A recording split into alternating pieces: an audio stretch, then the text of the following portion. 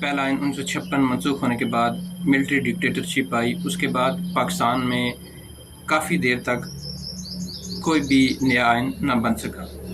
1962 کو اگلا جو ملٹری ڈکٹیٹر تھا ایوب خان، اس نے اپنے دور میں ایک آئین سازی کی، جس میں اس نے اپنی پاور کو استعمال کر کے ایک آئین سازی کی جس کو دستور ساز دوسرا آئین 1962 کہا جاتا ہے. یہ آئین تھا، یہ بھی تحریری شکل میں موجود ہے، اور اس میں بھی یہی کہا گیا کہ اقتدار اعلیٰ اللہ کے پاس ہے اور عوامی نمائندگی کے طور پہ ہم کام کریں گے. اور پھر یہی بتایا گیا کہ وزیر اعظم اور پرائم منسٹر مسلمان ہونے چاہیے، ان کے لیے مسلمان کی شرط ہے پاکستان کے اندر.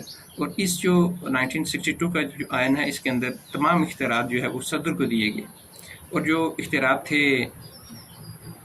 وزیر اعظم کے وہ اختیارات ختم کر کے اختیارات کو ریورٹ کر دیا گیا صدر کی طرف. یہ جو آئین تھا اس میں 250 دفعات تھیں اور 5 گوشوارے اور 8 ترمیم پہ مشتمل تھا. اس آئین میں کس طرح سے ترمیم ہو سکتی تھی؟ اس میں کچھ جو پیراگرافس ہیں جن میں 208 سے 210 تک ترمیم ہو سکتی تھی. اس کے علاوہ باقی ریجڈ ہیں، ان میں آپ کوئی ترمیم نہیں کر سکتے. جو ترمیم ہو سکتی تھیں ان میں ترمیم کرنے کے لیے آپ کو اسمبلی کے اندر 2/3 اکثریت چاہیے ہوگی، تبھی آپ یہ جو 208 سے 210 تک دفعات ہیں ان کے اندر آپ ترمیم کر سکتے ہیں. اب جو وفاقی حکومت تھا، نظام حکومت تھا، وہ وفاقی طرز کا تھا. اس میں پہلے وفاق کو برتری دی گئی تھی. اس میں اس نے جغرافی پس منظر کو دیکھے ہوئے وفاق کے سوا طرز حکومت کو اس نے بہتر سمجھا کہ یہی بہتر ہے ملک کے لیے.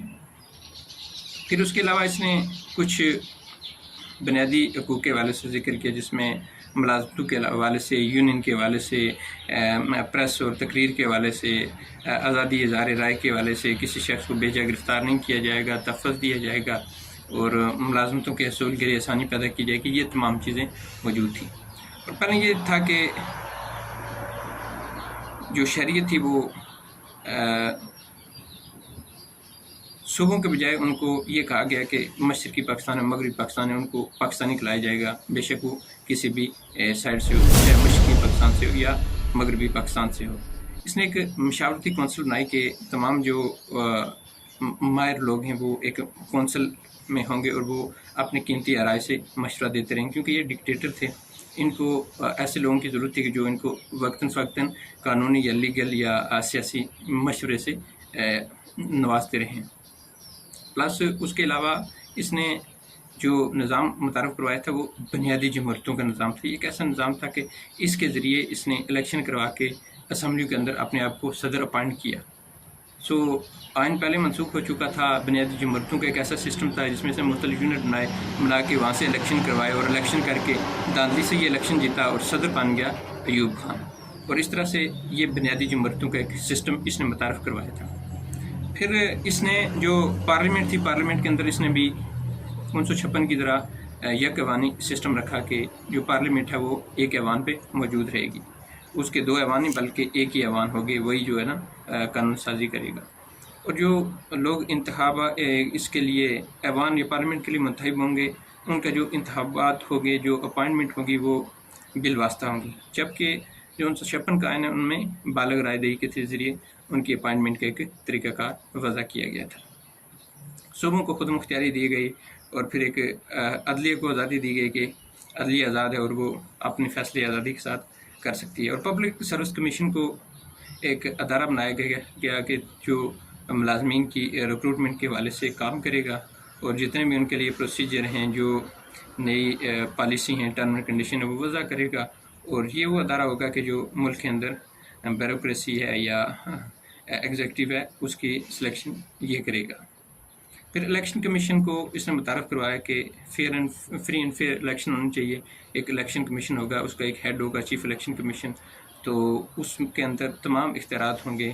تمام جو الیکشن کی کیمپین ہے، الیکشن کے تمام جو پروسیس ہے، ان کو چیف الیکشن کمیشن ڈیل کرے گا.